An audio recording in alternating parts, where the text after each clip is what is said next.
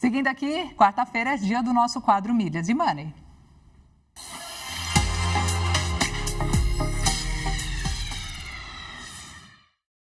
Além das heranças convencionais que as pessoas podem deixar, você já parou para pensar, né, que muita gente deixa também as chamadas heranças digitais? Estou falando de carteiras digitais de investimentos, auxílios de bancos, cartões e até mesmo as milhas aéreas. Muitos desses recursos podem ser acessados sem inventário, só que isso exige prazo, documentações específicas que, no caso, são pouco conhecidos pelas famílias. Um levantamento feito pela plataforma especializada em planejamento sucessório e apoio pós-perda, a Planeje Bem, indica que esses benefícios não acessados podem somar até R$50 mil após a perda de um ente querido. Eu vou ter uma conversa sobre isso agora ao vivo com a Ana Luísa Afonso, que é co-CEO da Planeje Bem e está aqui conectada com a gente no Fast Money. Tudo bem, Ana Luísa? Boa tarde, seja bem-vinda. Boa tarde, Natália. Obrigada pelo convite. Interessante essa pauta, né? É um assunto delicado quando a gente fala, né, de planejamento sucessório, mas de fato necessário, né, Ana? E cada vez mais, não, com tantos ativos digitais que não necessariamente a família inteira sabe, né? O que são, onde estão, como acessar. Com certeza, Natália. Eu acho que eu sempre gosto de apresentar esse tema, que é um tema muito pouco explorado aqui no Brasil, falando uma frase bem de impacto, que é: as únicas duas certezas que temos na vida é que vamos morrer e vamos pagar impostos. Né? Isso é até uma frase do Benjamin Franklin. E é curioso, porque o brasileiro ele é muito avançado no quesito de falar de planejamento financeiro em vida, mas quando a gente vai falar do sucessório, todo mundo já fica assim, oba! Isso é um tema extremamente tabu no nosso país, mas extremamente relevante, porque é uma das únicas certezas que a gente tem na vida.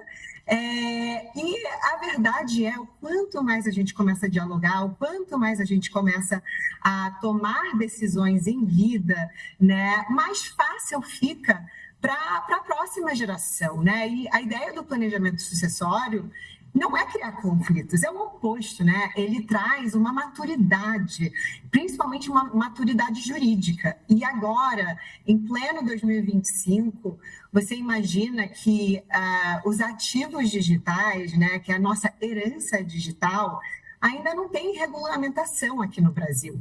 E bem o que você falou, né? O que são essas heranças digitais, né? Então, tem os ativos digitais de valor econômico, né? Então, por exemplo, nossos criptoativos, nossas milhas, né? Do que a gente vai conversar mais hoje.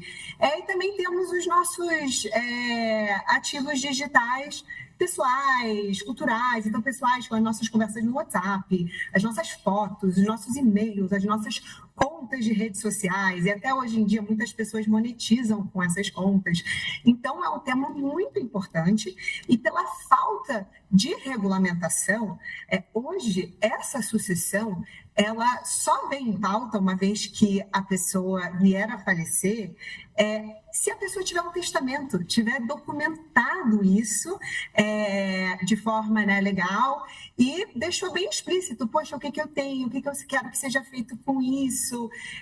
Então, é muito importante a gente começar a conversar sobre isso como brasileiros, sabe? É algo que, sem a nossa manifestação de vontades, a gente perde acesso. E aí é justamente da onde veio a nossa pesquisa de ver assim, poxa, até que ponto é essa perda? E o valor é muito alto. Que coisa, né? Interessante demais mesmo a gente parar para pensar sobre isso. Daqui a pouco eu quero saber o que a gente deve fazer, né? Como que a gente se previne dessas perdas. Mas eu comecei aqui a conversa falando que as famílias dessas pessoas, né, acabam perdendo acesso a cerca de R$50 mil em benefícios pós-perda, né? Isso, claro, é uma média, deve ter uma variação bem grande. Milhas aéreas estariam aí dentro também? Com certeza, porque quando a gente pensa nas milhas, né, existem as milhas que a gente vai acumulando, né, conforme a gente vai voando, tem aqueles bônus que a gente vai ganhando ao longo de cada viagem, mas vamos pensar agora no que acabou de passar, Black Friday. quantas pessoas você conhece que compraram milhas, né? Esse é um número muito relevante, uma linha de receita muito relevante para as companhias aéreas, e é algo que as pessoas vão acumulando, vão adquirindo, e pensar que, poxa, se você não tem isso documentado, se você não expressar suas vontades, primeiro, a sua família nem sabe que existe aquela conta, né? E segundo, nada dentro da nossa legislação obriga aquela companhia aérea a dar o direito aos herdeiros a esse ativo muito relevante. Então, Ana, esse é um ponto importante porque, de fato, essa área, né, de milhas, de pontos, de cashbacks, ela ainda está em tramitação para ter uma regulamentação, né? Mas hoje, como que vocês lidam com casos assim, então, no caso de uma pessoa que morre? Porque as milhas, normalmente, elas são ligadas ao CPF de uma pessoa, né? Não tem a possibilidade de passar por outra, mas é possível herdar? Então, esse não é um tema muito preto e branco, como muitas coisas. Hoje, as companhias aéreas, elas têm um termo de uso que muitas delas, no Brasil, brecam essa transferência por herança. Tá? Então, temos que ficar muito atentas a essas companhias e quais são as políticas da sucessão delas, tá? Já nos Estados Unidos, depois a gente pode comentar sobre isso, existem muito mais empatia, né, das empresas levando isso em consideração. Mas a realidade no Brasil é que os termos de uso, às vezes, são muito rígidos. Então, o que a gente sempre aconselha as pessoas a fazerem? Né? Principalmente é o que a nossa plataforma faz. A pessoa entra, ela começa a criar, a manifestar as vontades dela sobre a herança digital. Então, coloca, olha, eu tenho tal conta em tal companhia aérea, deixa tudo documentado. O que você quer que aconteça com isso? Vai para os seus herdeiros, vai para um terceiro, para aquela parte disponível da sua herança.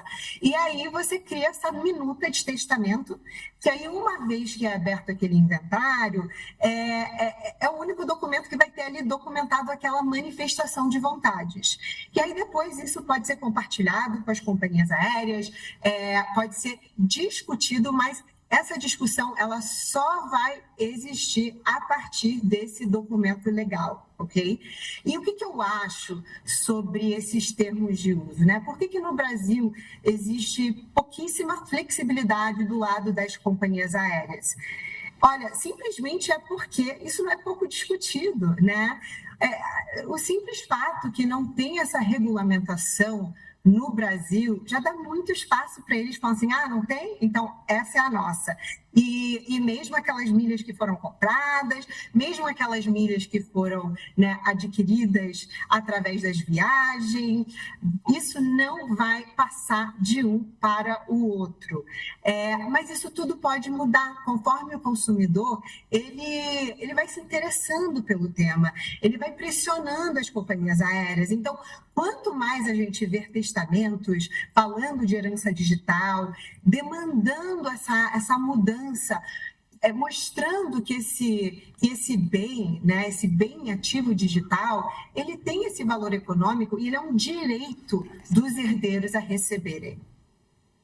Tá. Ana, e aí falamos bastante sobre milhas, mas traz para a gente, então, uma listinha, né, dos ativos digitais, das coisas, né, que as pessoas acabam deixando passar num caso de perda familiar com mais frequência, o que se perde por aí e que orientação que você deixa, que dica que você deixa para quem está acompanhando essa conversa?